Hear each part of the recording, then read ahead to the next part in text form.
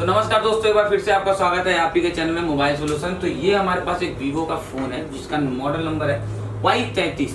तो चलिए, आप लोगों को बहुत सारी दिक्कतें आती हैं आईसीओ को पहचानने में, जिसकी वजह से मैं आपके लिए ये वीडियो बना रहा हूँ। तो सबसे पहले मैं आपको ये बताना चाहता हूँ कि नेटवर्क सेक्शन में जो है कि जितने भी दुकानदार हैं, जितने भी टेक्नीशियन हैं, काफी सारे फॉल्ट उनको आते हैं। तो सबसे पहले अभी का जो फॉल्ट मार्केट में चल रहा है कि नेटवर्क वीक सिग्नल, ठीक है। कई बार 2G नेटवर्क आता है, 3G नहीं आता है, 3G आता है, 4G नहीं आता है। तो ये सारे फॉल्ट कैसे होते हैं ये नहीं बताने वाला हूँ मैं इस वीडियो में। मैं आपको बस ये बताने वाला हूँ कि कौन सा हमारा 2G पीओपी है, कौन सा हमारा 4G पीओपी है, कौन सा हमारा RF है, कौन सा हमारा पावर है, कौन सा हमारा चार्जिंग आईसी है, कौन सा हमारा डिस्प्ले कनेक्टर है, कौन सा हमारा B2B कनेक्टर है, ठीक है।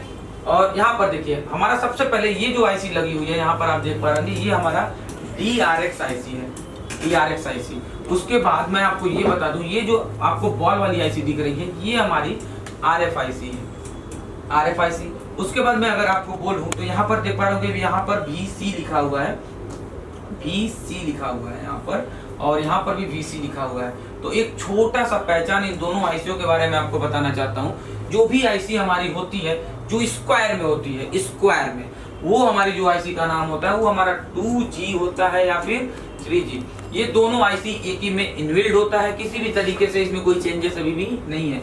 जब भी आप एंटीना कनेक्टर को लगाओगे तो आपका ये लाइन सीधा सीधा फिल्टर आईसी से होते हुए ये 2G पीओपी के आईसी में चली जाएगी। सीधी सी बात है, कंसेप्ट को ये समझ के रखिएगा आप कि जब एंटीना का RF केबल को आप लगाते हो और जहां भी वो लाइन जाता है वही आपकी 2G और वही आपकी 3G आईसी होती है, ठीक है। उसके बाद अगर मैं आपको बताऊं, ये थोड़ा सा लंबे में है हमारी आईसी 4G नेटवर्क के लिए है, और ये सिर्फ और सिर्फ 2G और 3G के लिए है, और ये सिर्फ और सिर्फ RF केबल है। लिस्ट बनाने का काम होता है, बहुत सारे काम है, मॉड्यूलेटिंग डिमॉड्यूलेटिंग का काम भी होता है इसका।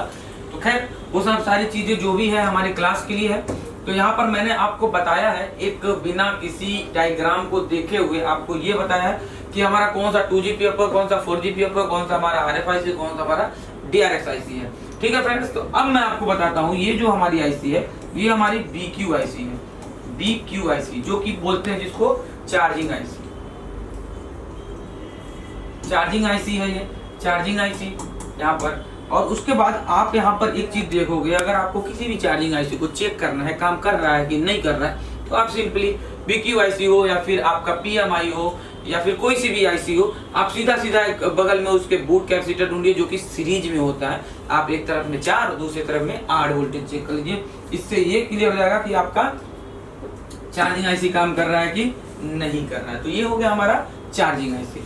अब मैं बात करूं कि ये हमारा कौन सी आईसी है, तो आप इसको समझ लीजिए कि ये हमारा पावर आईसी है। कौन सा आईसी? पावर आईसी, ठीक है। तो ये हमारा पावर आईसी है, जो कि पावर आईसी क्यों है अभी के समय में या फिर पहले के समय की अगर मैं बात करूं आपसे, तो लोगों को ये पता था कि ये जितनी ज्यादा कॉइल हो जाएंगे, ये जहाँ पे ज्यादा कॉइल हुए वो हमारा पावर है। तो ऐसा नहीं है।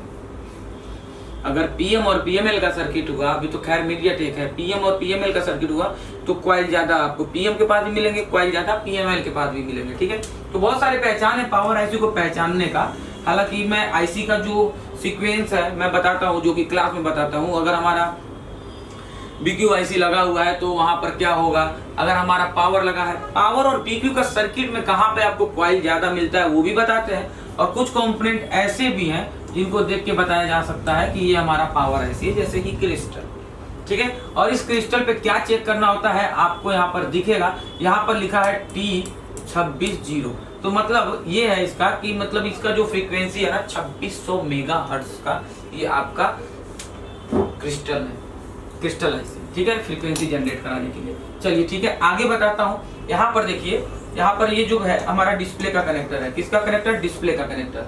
तो ये जो डिस्प्ले का कनेक्टर है, कई बार आप देखोगे बहुत सारे फोन ऐसे होते हैं जिसके बगल में आपको डुअल कॉइल देखने को मिलते हैं, और कुछ फोन ऐसे होते हैं जिसके बगल में डुअल कॉइल देखने को नहीं मिलते हैं, ठीक है। तो ये जो डुअल कॉइल होते हैं, कई बार ऐसा होता है जिसमें होता है डुअल कॉइल, उसकी बात नहीं कर रहा हूँ, जिसमें नहीं होता उसकी बात कर रहा हूँ। तो ये जो डिस्प्ले का कनेक्टर होता है, तो इनके ठीक पीछे ये CPU दे देते हैं बगल में, क्योंकि ये कंपोनेंट यूज नहीं करना चाहते हैं मीडियाटेक बेस के फोन वाले। क्यों? क्योंकि फोन इनका क्या होता है, सस्ता होता है, इसलिए कंपोनेंट ज्यादा यूज नहीं करते हैं। जितना कम से कम बजट में ये फोन बना ले, यही कोशिश करते हैं। चलिए आगे बढ़ते हैं। बाकी सारे ये भी जो भी कनेक्टर्स हैं, ये सारे के सारे कैमरे के कनेक्टर हैं। ये आपका फिंगरप्रिंट का कनेक्टर है, ये आपका बैटरी कनेक्टर है, और ये आपका B2B कनेक्टर है। और यहाँ पर लगा हुआ थर्मिस्टर, जो कि बोर्नियो के हिसाब से 100K का होता है, पर अगर आप चेक करोगे तो आपको 100K का रजिस्टर यहाँ पर नहीं मिलेगा। तो और भी बहुत सारी चीजें हैं बताने के लिए, पर वीडियो काफी लंबी हो जाएगी। Thank you so much video complete देखने के लिए। बने रहिए हमारे साथ, और हमारे चैनल पर नए हो तो चैनल को सब्सक्राइब कर दो, और वीडियो अच्छी लगी तो चैनल पे एक लाइक भी ठोक दो। Thank you.